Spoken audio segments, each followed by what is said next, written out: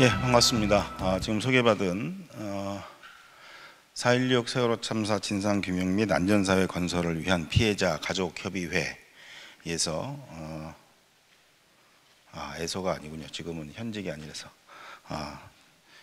2월 초까지 집행위원장을 했던 전입니다. 전.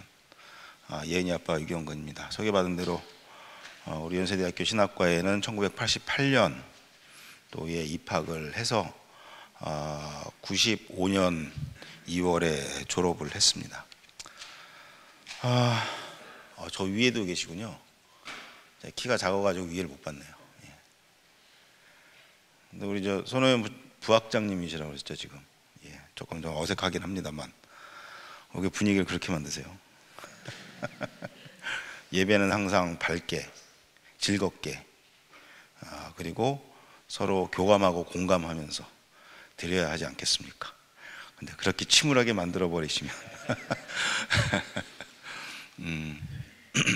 아마 개인적인 관계가 오래전부터 있다 보니까 남다른 어떤 감정 같은 것들을 많이 느끼신 것 같습니다. 저한테 시간이 별로 없네요. 제가 최소한 1시간 이상 시간을 주지 않으면 가지 않습니다. 할 얘기가 너무 많아서 그런데 오늘은 우리 많은 또 동문님들, 또 선후배님들, 그리고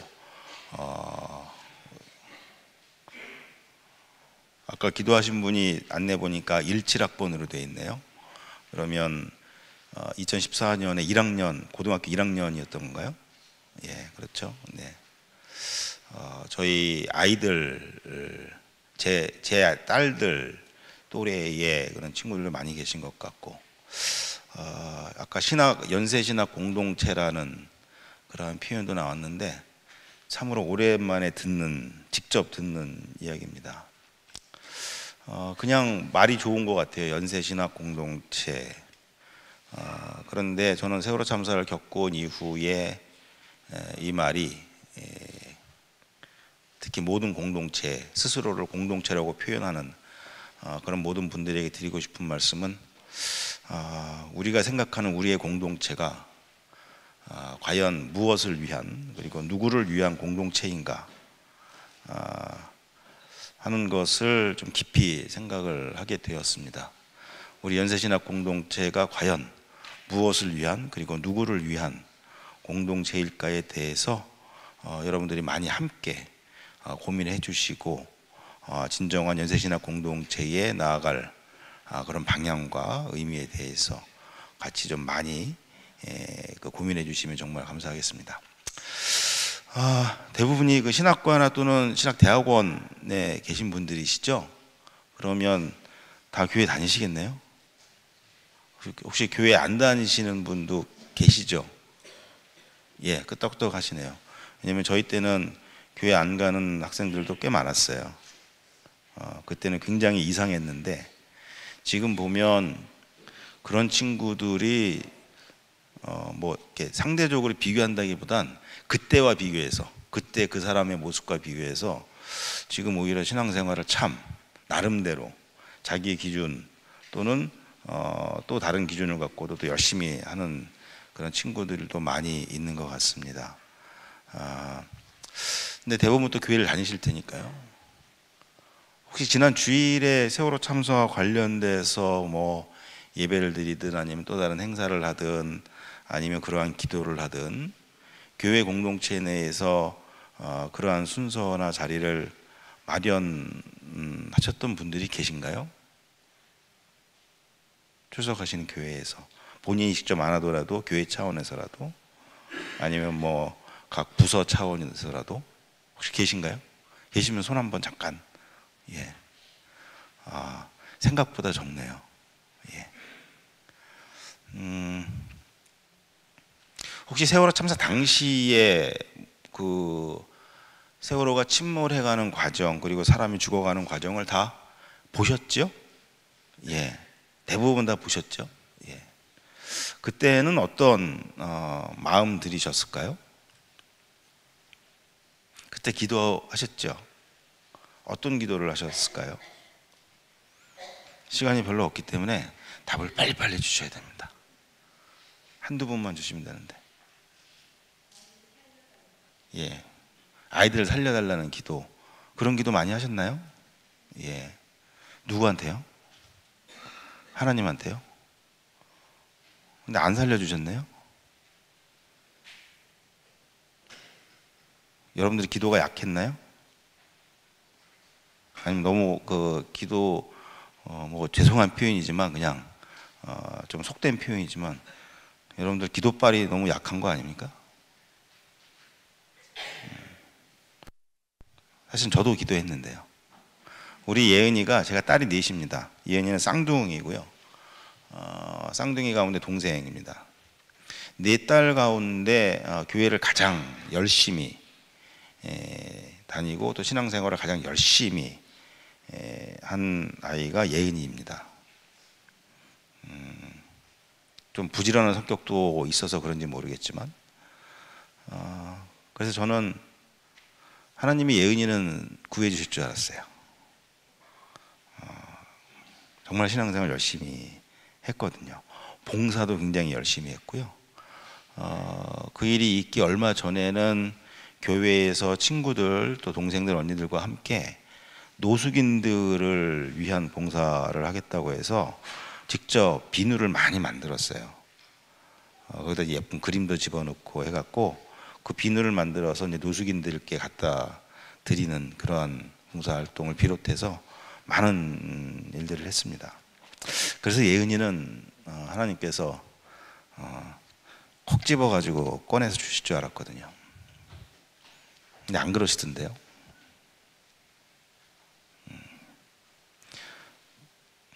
예은이는 단원고등학교 2학년 3반입니다.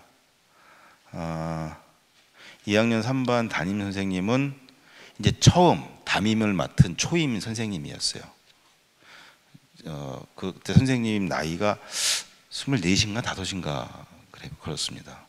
아마 여러분들보다도 나이 차이가 얼마 안 나죠. 예. 이제 갓 졸업하고 처음 부임한 선생님이었고요. 그러다 보니까 아마 아이들하고 별로 격의가 많지 않았던 것 같아요. 한 번은 예은이가 이제 2학년 돼서 반 배정을 받고 며칠 있다가 이제 예은이는 가수, 뮤지컬 가수가 꿈이었기 때문에 학교 끝나면 야자를 거의 안 하고 학원을 갔어요. 가서 이제 연습하고 밤에 한 9시 반, 10시에 끝나면 제가 이제 데리러 가서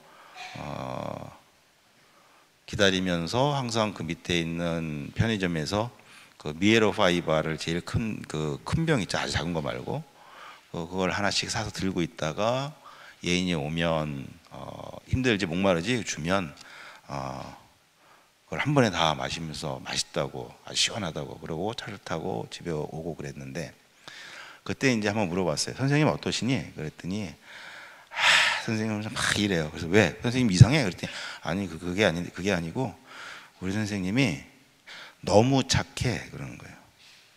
그러니까 이게 착하다는 건 좋은 건데 앞에 너무가 붙었잖아요. 그러니까 너무 착하니까 그게 좀 불만이라는 거예요. 선생님이 좀 아이들 확 휘어잡고 이걸 해야 되는데 그냥 다 너무 친하게 이러다 보니까 어떤 애들은 조금 무시하는 것도 있고 막 이랬나 보죠. 선생님이 조금 좀 세게 해주시면 좋겠는데 너무 착해, 뭐 그런 이야기를 한 기억이 있습니다. 2014년 4월 16일은 바로 그 선생님, 김초원 선생님의 생일이었습니다. 그래서 아이들이 몰래 깜짝 파티를 준비했죠. 그래서 4월 15일 밤 9시경에 출항을 했는데 몇 시간 있다가 4월 16일이 되니까 선생님을 불러서 모든 반 아이들이 깜짝 파티를 했어요. 준비한 카드 선물 다 드리고 그리고 그 세월호 안에서 선생님과 함께 단체 사진을 찍었습니다. 저희 1반부터 10반까지 250명 희생학생들 10반 가운데 2학년 단체 사진은 우리 아이들 3반이 유일합니다. 그렇죠? 예, 수학여행 가서 단체 사진 찍는 거잖아요. 근데 도착을 못했으니까. 그런데 3반은 선생님이 생일이었기 때문에 아이들이 모여서 파티를 하고 같이 단체 사진을 찍었죠. 그리고 이제 아침이 되었습니다. 8시 한 50분경 배에 이상이 발생을 했고요. 그리고 얼마 안 있어서 이제 바로 방송이 나오기 시작을 합니다. 절대로 구명조끼 빨리 입고 절대로 밖으로 나가지 마라. 위험하니까 나가지 마라. 객실에서 대기해라. 이 방송을 1시간 동안 12차례를 했습니다. 그 가운데 한 차례는 콕 집어서 단원고 학생들은 절대로 움직이지 말고 객실 안에 있어라 라는 방송도 나왔죠. 그 와중에 저희 아이들은 선생님과 함께 둘러앉아서 기도를 합니다. 그것이 그 아이들의 핸드폰을 수거해서 복원을 해서 찾아낸 영상과 녹음 파일에 들어있어요. 생생하게 기도하는 목소리도 그대로 남아 있습니다. 기도 내용은 이렇습니다.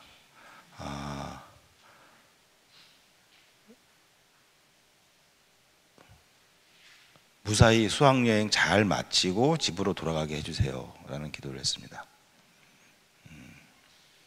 그리고 아이들이 아멘 하면서 아마 교회 다니는 아이들이 참 많았나 봐요.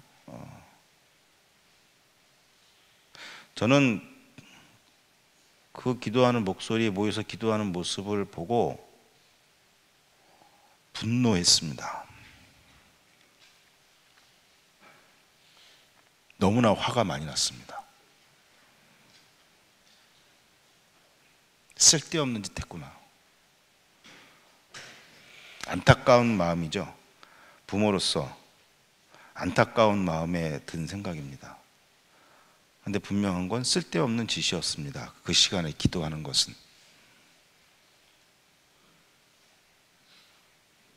하긴 뭐 저도 그 시간에 기도했으니까요. 사실은 기도밖에 할 수 있는 게 없었죠. 뭘 할 수 있었겠습니까? 그런데 그 세월호 안에서 거의 다 기울어가는 그 객실 안에서 나오지 못하고 갇힌 채 그 아이들도 사실 할 수 있는 건 기도밖에 없었을지도 모릅니다. 그런데 그 기도하는 목소리, 다 함께 아멘 하는 그 목소리를 들으면서 너무나 화가 많이 났어요. 정말 쓸데없는 짓을 했다. 세월호 참사를 지켜보면서 많은 분들이 그런 이야기를 했습니다. 왜 하나님이 이 아이들을 구하지 않으셨을까? 저는 차를 타고 시속 180km로 내려가면서 그런 상상도 했거든요. 우리 하나님이시라면, 성경에 보면 온갖 기적을 행하신 분이신데 그 하나님이시라면 우리 아이들, 저 아이들은 구해주시지 않을까? 아무리 큰 배라도 하나님이 보실 땐 먼지만도 못할 텐데, 그러면 그 배를 번쩍 들어서 육지로 옮겨주시지 않을까? 그런 망상을 하면서 저는 진도로 갔었습니다. 망상입니다. 그 모여서 기도하는 순간에 아마 가장 답답하고 가장 화나는 분은 하나님이셨을 겁니다. 세월호 참사를 지켜본 많은 신앙인들이, 또는 기독교 신앙이나 교회를 비판하던 사람들까지 포함해서, 거 봐, 무슨 하나님이 어딨어? 저런 애들도 하나 못 구해주면서 무슨 하나님이 어딨어? 웃기지들 마. 신앙인들은 왜 안 구해주셨을까? 이렇게 우리가 모든 신앙인들이 함께 기도했는데 왜 이 기도를 들어주시지 않으셨을까? 저 아이들도 기도했는데 왜 그 기도를 들어주시지 않으셨을까? 특히 저희 유가족들, 엄마 아빠들은 세월호 참사를 겪으면서 교회를 떠나고 신앙을 버린 사람들이 참 많습니다. 물론 그것이 우리 아이들을 안 구해줬기 때문에 그것만은 아닙니다. 사실 그것보다 더 큰 것은 교회가, 그리고 같은 교우들이 저희들에게 했던 그 모습들 때문에 사실은 떠난 경우가 더 많기는 합니다만, 저는 아까 말씀을 드린 대로 그 순간에 하나님이 가장 답답하고 분통 터지지 않으셨을까? 아마 하나님이 이러셨을 것 같아요. 이 멍청한 것들아, 이 바보들아. 제가 예배니까 좀 원색적인 표현을 못 쓰겠습니다. 사실 이것보단 더 심한 욕을 하셨을 것 같아요. 이 멍청한 것들아, 너희들 거기서 뭐 하고 있니? 왜 기도하고 앉았어 거기서? 내가 너희들에게 그 건강한 두 팔과 두 다리를 준 이유가 뭔지 아니? 내가 너희들에게 그 밝은 시력과 청력을 준 이유가 무엇인지 아니? 내가 너희들에게 그 입을, 목청을 준 이유가 무엇인지 아니? 그런 순간에는, 그런 곳에서는 목청껏 뛰어나가자고 외치라고 준 거야. 그런 순간에는 서로 손 잡고 당기고 밀어주면서 뛰어나가라고 준 거야. 그 기울어진 갑판 힘있게 딛고 올라서서 나가라고 그 다리 준 거야. 그런데 내가 너희들에게 그렇게 하라고 손과 발과 모든 것을 다 줬는데, 그런데 그거 하나도 안 써먹고 모여 앉아서 기도나 하고 앉아있니?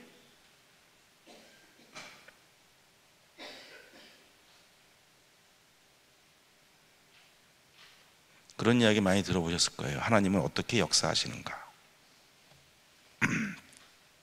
하나님은 어떻게 역사하시는가? 시간이 많지 않으니까 좀 짧게 하겠습니다. 하나님은 나를 통해 역사하시잖아요. 하나님은 여러분을 통해 역사하시잖아요. 하나님은 우리를 통해 일하시잖아요. 우리는 나를 통해 일하고 싶어 하시는, 역사하시고 싶어 하시는 하나님의 그 뜻이, 그리고 무엇을 나를 통해서 하고 싶어 하시는지, 그 뜻이 무엇인지 그것을 알기 위해 기도하는 거잖아요. 내가 하고 싶은 거, 내가 갖고 싶은 거, 내가 되고 싶은 거, 그거 달라고 하는 게 기도 아니잖아요. 그래서 기도는 평상시에 하나님과 내가 단 둘이 만나, 하나님, 나를 통해서 무엇을 하고 싶으세요? 오늘은 나를 통해서 무엇을 하고 싶으세요? 오늘 내가 오랜만에 이 연세신학 공동체에 가는데 여기서 내가 무슨 말을 하면 좋을까요?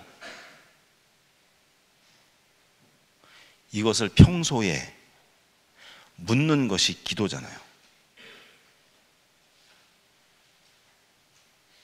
그리고 정작 내가 일을 해야 할 때, 내 손과 발을 써야 할 때, 다른 사람들의 손을 잡고 당겨야 할 때, 밀어주어야 할 때,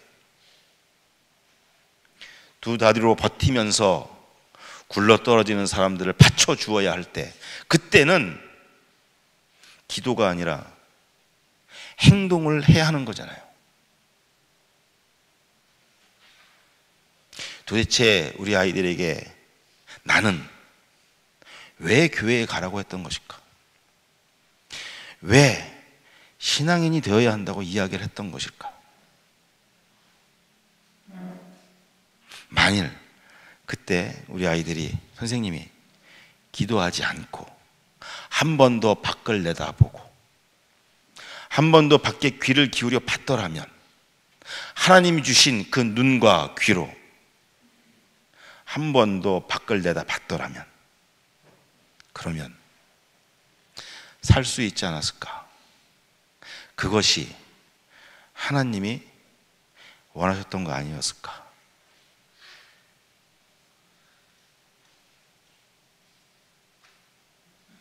하나님, 저 아이들 구해주세요 라는 기도는 쓸데없는 기도입니다. 하나님, 저 아이들 내가 구하겠습니다. 이것이 우리의 신앙이어야 되고, 고백이어야 되고, 실천이어야 하지 않을까 하는 말씀을 오늘 이 자리에 오신 모든 분들께 꼭 드리고 싶었습니다. 다음 또 수업도 있고 그런데요. 그래도 이런 말씀 외에도 딱 하나 말씀만 좀 더 드리면서 마무리하겠습니다. 저희들은 지금 세월호 참사의 진실을 찾아내고 그리고 그 책임을 져야 할 사람들을 찾아내서 처벌하기 위한 특별수사단을 정부와 청와대에 요구하고 있습니다. 어제 정말 기적적으로, 사실은 아무도 될 거라고 예상을 안 했는데 제가 신앙이 좋은가 봐요. 저는 될 줄 알았거든요. 이런 건 좋은 신앙 아닙니까? 정말 한 2, 3일 전까지만 해도 불가능하다고 다들 이야기했고 막 속타했고 막 그냥 안절부절 못했고 야 어떡하지 20만 명이 안 되면 그랬는데 저는 될 줄 알았거든요. 그랬더니 어제 밤 8시 반경에 20만 명을 돌파했고 지금 한 22만 명 정도 됐습니다. 특별수사단을 만들고 싶습니다. 왜냐하면 재수사를 해야 되기 때문입니다. 무엇을 재수사하냐면 세월호 참사에서 밝혀야 될 핵심적인 과제는, 진상규명 과제는 왜 해경이 선원들만 표적으로 해서 구조하고 승객들에게는 어떠한 구조 시도조차 하지 않았는가, 그 이유와 책임이 무엇인가, 어디에 있는가, 이것을 밝히는 게 첫 번째이고요. 그리고 과적, 그다음에 조타 미숙 또는 기관 고장, 이런 것으로는 도저히 설명이 불가능한 세월호의 급변침, 그 원인과 책임은 무엇이고 어디에 있는가, 이게 핵심적인 진상규명 과제입니다. 왜냐하면 세월호 참사를 우리가 참사라고 부르는 이유는, 심지어 어떤 이들은 좀 듣기 거북하고 껄끄럽지만 학살이라고 부르는 이유는 그토록 큰 배가 침몰했기 때문이 아니라 그 침몰과 관계없이 당연히 살아야 할 사람들이 죽었기 때문이거든요. 304여 명이 어쩔 수 없이 죽은 게 아니라 당연히 살아오는 게 그게 당연한 건데 그런 상황 속에서 갇혀서 죽었거든요. 그래서 우리는 참사라고 부르는 거거든요. 그런데 2014년에 검찰은 제가 말씀드린 이 두 가지 과제에 대해서 수사를 끝냈습니다. 기소했고 재판도 끝났습니다.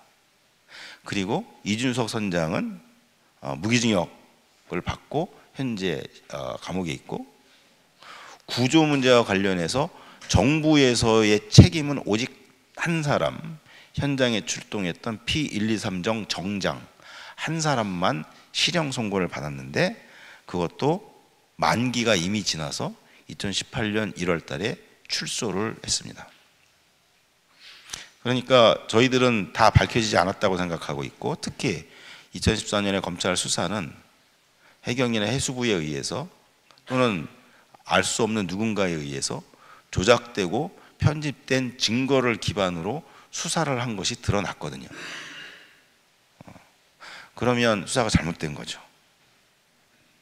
특히 이 P123정 정장 겨우 한 사람, 구조의 책임을 지고 책임을 져야 할 단 한 사람만 기소를 했는데 이 사람마저 기소하지 못하도록 그 당시 법무부 장관이었던 황교안 씨가 광주검찰에 압력을 행사했죠.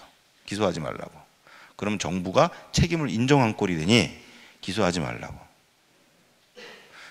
그랬으니 얼마나 수사가 축소됐고 은폐됐고 잘못됐겠습니까? 침몰도 마찬가지예요.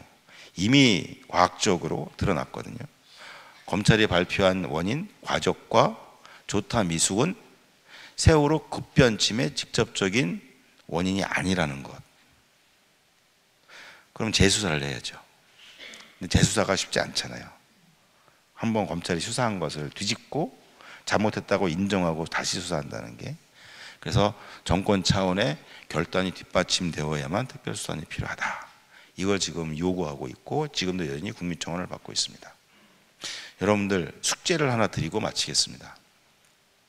여러분들은 세월호 참사를 어떻게 바라보고 계십니까? 여러분들은 세월호 참사의 성격, 세월호 참사의 실체, 세월호 참사의 본질, 여러 가지 표현을 할 수가 있는데 어떤 표현이 되었건 기본적으로 여러분들은 세월호 참사를 무엇이라고 바라보고 계시고 생각하고 계십니까? 혹시라도 지금 그런 기사가 많이 나왔는데요. 해경이 구조 훈련을 더 열심히 해야 한다. 그다음에 선박의 안전 관리를 더 강화해야 된다. 운항 관리를 강화해야 된다. 과정 못하게 해야 된다. 심지어는 아이들한테 생존 수영을 가르쳐야 한다. 그리고 국민들의 안전 의식을 더 고취시켜야 한다. 안전 불감증을 없애야 한다. 이게 잘 되고 있냐 못 되고 있냐에 대해서 여러 가지 조사하고 분석한 기사들이 쏟아져 나오고 있습니다. 그런 것들을 보면서 세월호 참사를 우리가 겪으면서 우리 사회가 조금씩 발전해 가고 있구나, 나아지고 있구나 라는 생각을 혹시 하셨다면 여러분들은 세월호 참사를 매우 지극히 잘못 이해하고 계신 것이다. 당연히 그러한 대책들이 우리 사회, 안전한 미래를 위해서 반드시 강화하고 실행해야 할 대책들인 것은 분명하고, 그래서 분명히 그 방향으로 가야 하는 건 맞지만, 그러나 그러한 수많은 안전사고의 대책, 구조 능력을 강화하기 위한 대책은 세월호 참사와 전혀 관련이 없습니다. 혹시라도 그런 걸 보면서 세월호 참사 덕분에 세월호 참사와 같은 일이 반복되게 만들지 않기 위해서 우리가 참 다각도로 많이 노력하고 있구나, 좋은 일이야 라고 생각을 하신다면 지극히 큰 오산이고 잘못된 판단이다. 왜? 과적으로 침몰한 게 아니잖아요. 구조하고 싶었는데 못한 게 아니잖아요. 그 당시에 사람들을 살리기 위해서 해야 할 조치는 딱 하나였습니다. 딱 하나만 했으면 다 100% 살았거든요. 배가 기울어진 상태에서 100분간 머물러 있었어요. 그런데 단 하나의 조치, 빨리 탈출해서 바다로 뛰어내려라, 갑판으로 나와라, 무슨 말이 됐든 객실에서 나와라 라는 말 한마디만 했으면 아주 길게 잡아야 8분 만에 전원이 탈출이 가능한 상황이었습니다. 이것은 내 주장이 아니고 법원이 재판 과정에서 수많은 시뮬레이션을 통해서 증명한 사실입니다. 그런데 구조능력 강화, 수많은 안전사고 대책이 왜 세월호 참사의 대책입니까? 그것은 세월호 참사를 해상교통사고, 안전사고로 바라보고 있기 때문에 그렇게 생각을 하는 것이죠. 우리가 세월호 참사를 해상교통사고나 안전사고로 생각하면 진상규명은 불가능하고 책임을 밝힐 수가 없고, 그러면 세월호 참사와 같은 일은 또다시 반복이 된다. 세월호 참사의 반복, 세월호 참사와 같은 일의 반복을 막기 위한 유일한 대책은 세월호 참사의 책임자를 가려서 처벌하는 것 그 자체입니다. 이것을 여러분들이 깊이 고민해 보시고 저 사람이 한 얘기가 무슨 얘기인가 좀 더 찾아보시고 필요하시다면 다시 불러주세요. 수많은 증거들을 제가 직접 보여드리겠습니다. 오늘 불러주셔서 정말 감사하고요. 그리고 여러분들 신앙생활을 하는 가운데 세월호 참사가 또 다른 어떠한 새로운 전기 아니면 기회가 될 수 있기를 간절히 바라고요. 그리고 또 다른 만남을 통해서 여러분들이 교회에서 여러분들이 가르치는 학생들이나 또는 같이 있는 성도들 교우들에게 사람의 생명이 얼마나 중요한지, 하나님께서 무엇을 가장 소중하게 여기시는 것인지, 그것을 함께 공유하고 나누면서 신앙생활을 이끌어가 주시기를 부탁을 드리겠습니다. 고맙습니다.